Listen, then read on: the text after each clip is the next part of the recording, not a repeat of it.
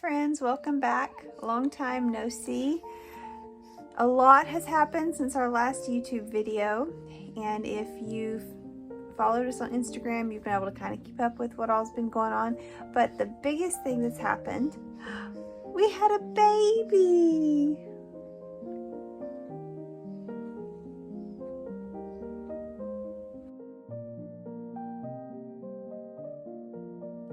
We found out that we were expecting at the very end of January of this year, and we were so excited. We had thought we were finished with 3 babies. We thought, okay, well, we're good. Our baby was 8, fixing to be 8. And we're like, okay, well, we're in a good spot. If we were to have another baby, we'd be starting over. But we talked about it and we realized we weren't finished. We wanted at least one more baby. And then we found out we were expecting in January, and overjoyed is an understatement. Overjoyed is an understatement.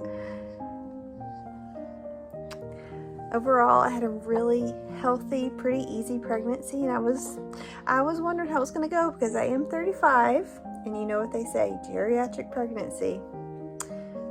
Anyway, I had a lot of fun with that, but everything went really smoothly, and I was really interested to see if I would go past my due date, to my due date, ahead of my due date, because I did something different with each of the other 3 kids. So I said, well, I guess number 4, we'll see what she wants to do.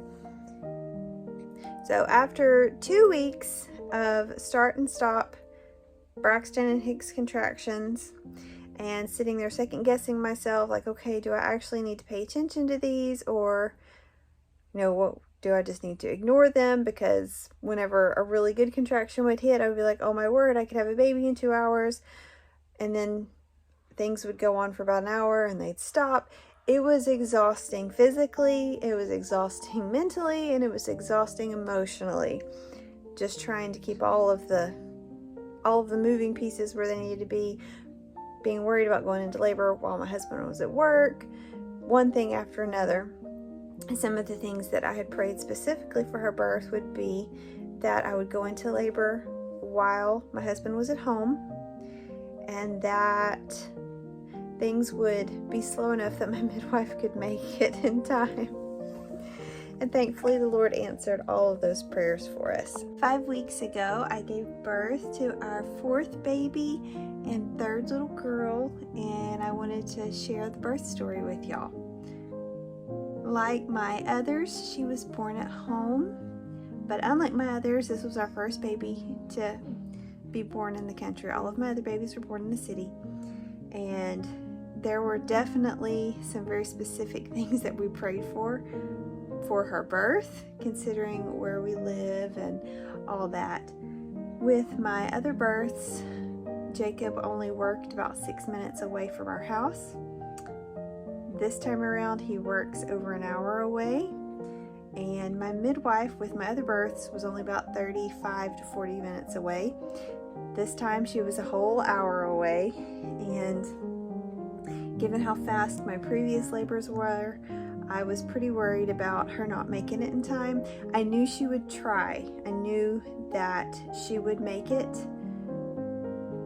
The things that I was the most doubtful about was whether or not I would be able to take myself seriously and realize, oh, this really is labor, because by the time I would realize that it was actually labor, we would be getting down to the wire on how quickly the midwife needed to come.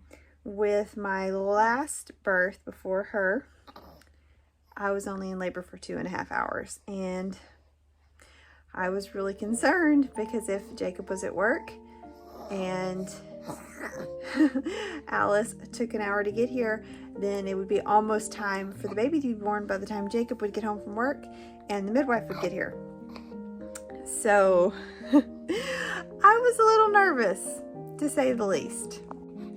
Thankfully, my mom is only about 10 minutes away, so I wouldn't have been by myself, but still, it was there in the back of my mind. We had a false alarm about 2 weeks before she was born, which was going to be a big surprise to me, but I really didn't want her born that early due to some circumstances that we had going on and some things happening in our lives, I wanted her to stay put for at least another week.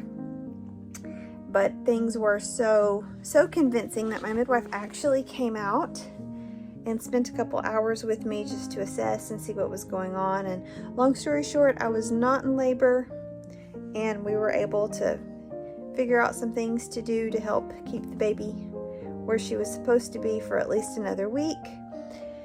And then after that, if she came, she came. Well, she decided that she was so comfortable she was going to stay put past her due date. Just like her big sister, my second born, she came 4 days past her due date. So the day before she was born, I had contractions. I woke up with contractions after my husband went to work. They weren't anything serious, but I did time them for about 2 hours, and then they fizzled out. And so I got up and went on about my day. Later that afternoon, I noticed, this might be a little too much information, but it's part of the story, so we have to include it. I noticed that whenever I would go to the bathroom, I almost could not stay sitting down because my left hip was killing me, and I would have pains shooting down my left leg, up my back. I mean, it was excruciating. I could not. I had to get up immediately. And I knew that part of it was probably because the baby was sunny side up. She was posterior, which, if you're not familiar with birth terms, baby terms, that means that she was face up instead of face down. And that had already been causing me a lot of pain, but it got really bad the day before she was born. You gonna go to sleep? So I texted my midwife and said, this is what's going on. I'm in a lot of pain. What do I need to do? Is there anything I can do? Do I just need to grit my teeth and bear it? And she said, well, probably what would actually help you would be to sit on the toilet more, even though it hurts. She said, it sounds like things are moving. So I said, okay, I'll do my best. So I did go for a little walk that evening, and everywhere that hurt when I sat on the toilet was starting to hurt whenever I was walking. So I said, well, maybe it's progress. So I took her advice, and I lingered longer than I normally would anytime I had to go to the bathroom, even though it hurt a lot. And then that evening I can't remember if I took a warm bath or not, but I went to bed kind of early. I was in bed by 9:30, ready to go to sleep because I was very tired. And then an hour later, I had a contraction that woke me up and took my breath away. So at 10:30, I was like, oh wow, that's promising. So I waited another couple minutes, and I had another one. And then I said, well, I'm going to get up and go to the bathroom. Maybe my bladder needs to be emptied, because I had noticed that the Braxton and Hicks contractions were worse if my bladder was full.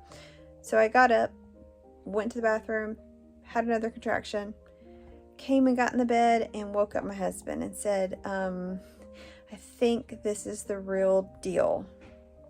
I said, but I want to time them, have a couple more before I text Alice. So I timed them. I had a contraction timer so that I could send her screenshots of how far apart they were and all that. And a little before 11, I sent her some screenshots, and before I could even call her, she was already calling me. And I'm like, yeah, this is the real deal. Because at that point, I couldn't talk through the contractions anymore, and they were about 4 minutes apart. She said, well, I don't trust you at all. I'm leaving right now. So at 11 o'clock, she was headed to our house. And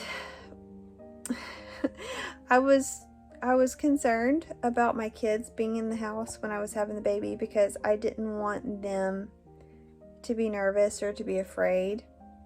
Because at this point, I was already starting to have trouble coping, and I was having back labor. There was, with my other three, I didn't really have much back labor, but with her, due to her being sunny side up, I had nonstop back labor, and there was no break in between contractions. So I was struggling to cope and relax in between the contractions, because I couldn't relax in between the contractions this time. So I didn't want my big kids to be afraid. So Jacob called my mom to go ahead and come and be with me, and my sister to come pick up the kids and take them to my mom's house. And they were gone probably by about 11:20. They were gone, and then I could relax and concentrate more on what I was doing. I can't remember exactly what time, but my sister and another one of my sisters and my sister-in-law that were going to be here for the birth, they got here. And then Alice and her daughter Miranda, who's also a midwife, they got here at 12:05, and it was very intense at this point. The back labor was really making it hard. I've never dealt with labor like that before. Like with my others, I was able to lay on my back to labor, and it was actually more comfortable for me than anything else. But whenever I laid on my back so that Alice could check and see how far I was dilated, which by the time she got to our house, I was already at an 8, but I could not stay on my back for longer than what it took her to check me. It was far too painful, because I had been on my side, rotating back and forth on my sides until then. And so I had a couple more contractions, and she had me change sides. And then she said, if you feel like you need to push, you can go ahead and push a couple times and see how it feels. And the relief that I felt when I pushed. I had forgotten how good it felt to push whenever you're having contractions. And then it's all kind of running together. My husband actually wrote down everything for me so I could remember, but I don't have the notes with me. But then at 12:49, she said, do you want to get on the birthing stool? And I knew that I would not be able to have the baby laying on my back like I had with my others, with my previous 2, because it hurt too bad. And I said, yeah, let me try it. And I got on the birthing stool, and it made a big difference. It felt more comfortable.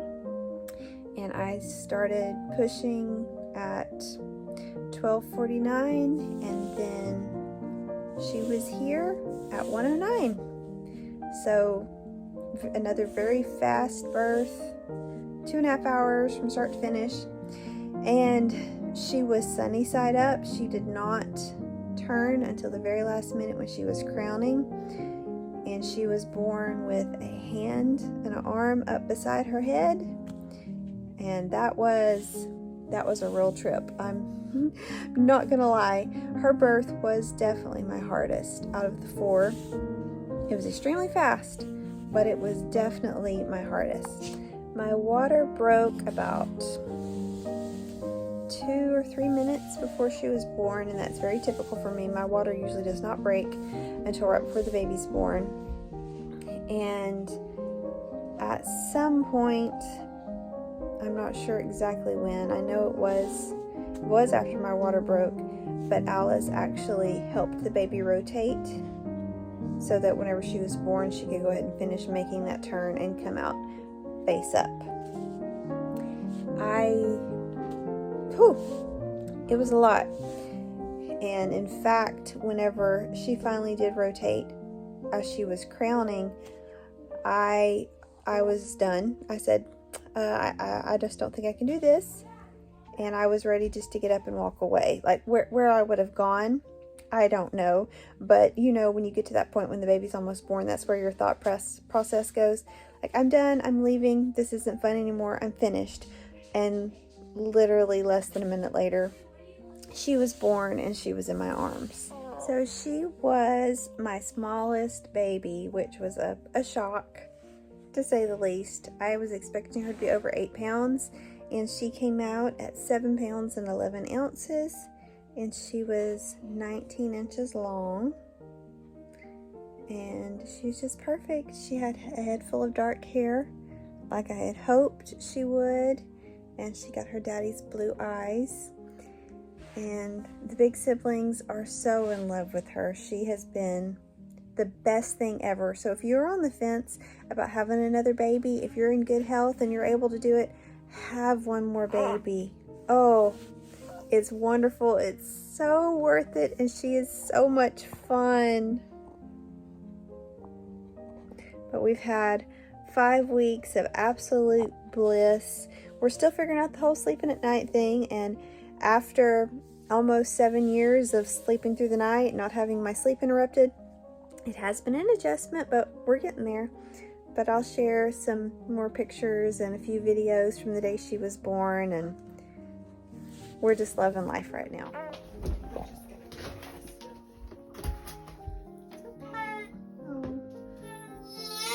Kiddos, y'all come on in. A bit up. He is all the way up.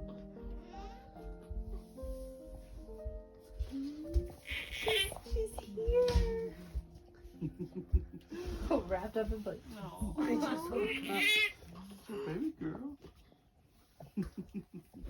How exciting is that? Oh, look at it. Look. There's your brother and sisters. You can come over here, Ben, if you want. Get a better look at her. Thank you, man. Sorry to wake you up from beauty sleep. Join the club.